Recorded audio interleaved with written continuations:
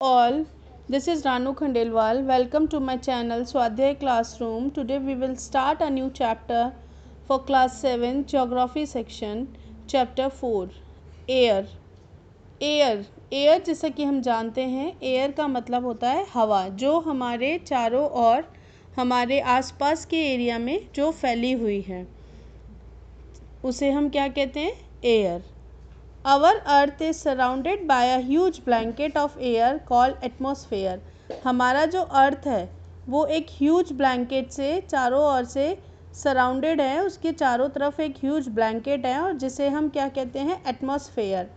All living beings on this earth depend on the atmosphere for their survival. जितने भी living beings हमारी अर्थ पे रहते हैं वो एटमॉस्फेयर में सर्वाइव करते हैं, मतलब उनके लिए, उनके जीने के लिए हवा बहुत इम्पॉर्टेंट फैक्टर है. It provide us the air we breathe and protect us from the harmful effects of sun rays. और ये जो एटमॉस्फेयर है ये हमें ब्रीथ के लिए, सांस लेने के लिए देता है हवा, और सन से आने वाली, सूरज से आने वाली जो हार्मफुल रेज होती हैं उनसे भी हमें बचाता है. Without this blanket of protection we would be bake alive by heat of the sun during day and get frozen during night. अगर ये ब्लैंकेट नहीं होगा, प्रोटेक्शन का जो एटमॉस्फेयर वाला जो ब्लैंकेट है, अगर ये नहीं होगा तो हम क्या होंगे, हम बेक हो जाएंगे अलाइव ही, मतलब सन की जो हीट है उससे हम वहीं गर्म जल जाएंगे या फिर रात के टाइम पे हम बिल्कुल जम जाएंगे. So it is this mass of air that has made the temperature of the earth liveable. और इसी वजह से ये जो एयर का जो मास, ये जो सराउंडेड सिस्टम है, इसी की वजह से अर्थ का जो टेम्परेचर है वो रहने लायक होता है और हम यहाँ पे लाइफ लिव करते हैं. Composition of the atmosphere. अब ये जो हमारा एटमॉस्फेयर है ये किस तरह से बना हुआ है, आप फिगर नंबर 4.1 में ये फिगर भी देख रहे हैं जिसमें आपको एक सर्कल में दिखाया गया है कि कंपोजिशन कैसे है. नाइट्रोजन एंड ऑक्सीजन, मेन जो हमारे एटमॉस्फेयर में जो एयर है उसमें सबसे ज़्यादा जो गैस हमें मिलती है वो है 78% नाइट्रोजन. फिर उसके बाद जो आता है वो है oxygen, 21% oxygen.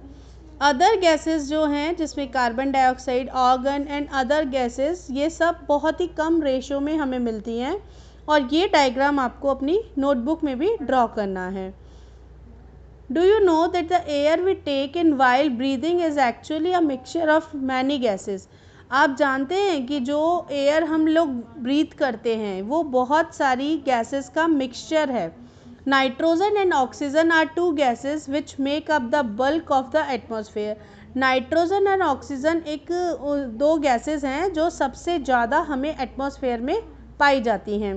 Carbon dioxide, helium, ozone, argon and hydrogen are found in lesser quantities. और जो अदर गैसेस हैं, carbon dioxide, helium, ozone, argon and hydrogen, ये बहुत ही कम क्वांटिटी में हमारे एटमॉस्फेयर में पाई जाती हैं.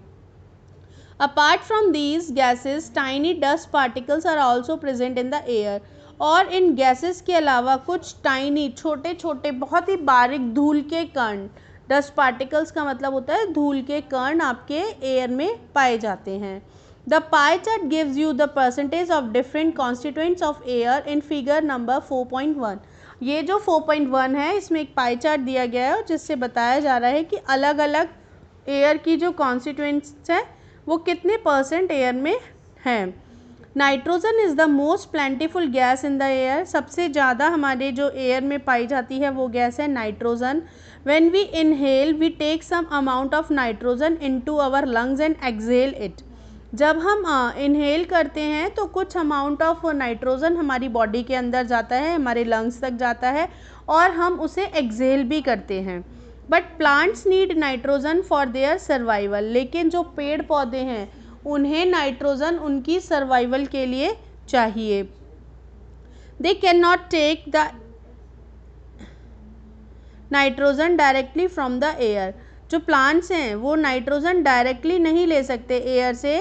Bacteria that live in the soil and roots of some plants take nitrogen from the air and change its form so plants can use it.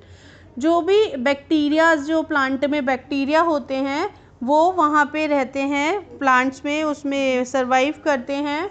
They live in the soil and roots of some plants, जो soil हमारी जो मिट्टी होती है और जो पेड़ों की जड़ें होती हैं वहाँ पे वो बैक्टीरिया होते हैं जो नाइट्रोजन को एयर से एब्जॉर्ब करते हैं और प्लांट्स के लिए यूज़फुल बनाते हैं। इसीलिए हम कहते हैं कि जो मिट्टी ही फर्टाइल जो लैंड है, जैसे फर्टाइल सॉइल जिसे हम कहा जाता है, तो वो फर्टाइल सॉइल में मतलब वो बैक्टीरियाज हैं जिन्होंने नाइट्रोजन को एब्जॉर्ब किया हुआ है और वो फिर हमारे प्लांट्स के लिए बहुत ही यूज़फुल चीज़ बनती है। Oxygen is the second most plentiful gas in the air. Oxygen हमारी एयर की सेकेंड मोस्ट प्लांटीफुल मतलब सबसे ज़्यादा सेकेंड नंबर पे पाई जाने वाली गैस है। Humans and animals take oxygen from the air as they breathe. Human and animals oxygen को एज अ ब्रीथ सांस के रूप में लेते हैं। Green plants produce oxygen during photosynthesis, और जो हमारे ग्रीन प्लांट्स होते हैं वो फोटोसिंथेसिस एक प्रोसीजर है जिसके थ्रू वो ऑक्सीजन को निकालते हैं। In this way oxygen content in the air remains constant. If we cut trees then this balance get disturb.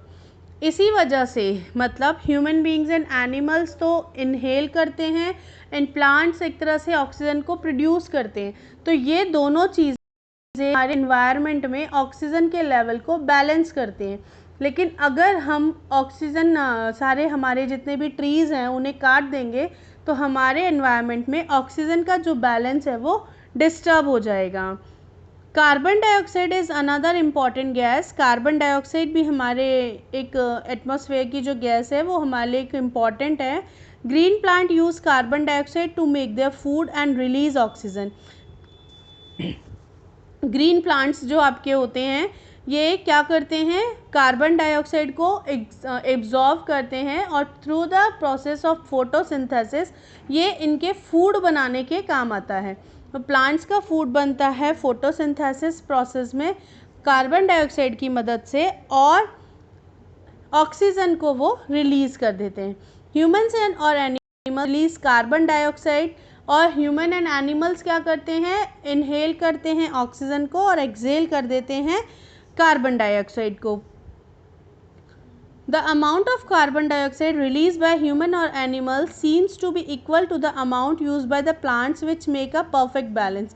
और जितना भी ह्यूमन एंड एनिमल्स से जितना भी कार्बन डाइऑक्साइड एक्सहेल किया जाता है जो प्लांट्स हैं उसी को उतने ही अमाउंट में एब्जॉर्ब कर लेते हैं और जिस वजह से यहाँ पे भी एक बैलेंस बना रहता है।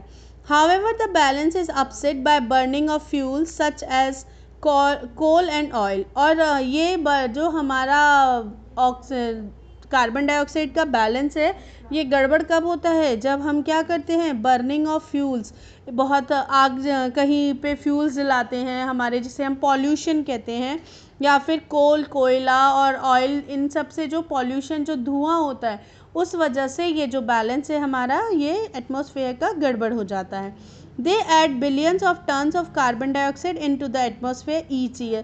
और ये जो आपके फ्यूल्स बर्निंग है, आपका जो कोल ऑयल ये सब बर्निंग है, इससे जो धुआं निकलता है ये बहुत ज़्यादा क्वांटिटी में एटमॉस्फेयर में आपके कार्बन डाइऑक्साइड को प्रोड्यूस करता है या फिर बहुत सारा ये इनसे कार्बन डाइऑक्साइड निकलता है और जिसकी वजह से हमारे जो नेचर हमारा जो वेदर है उसमें कार्बन डाइऑक्साइड की क्वांटिटी बढ़ जाती है।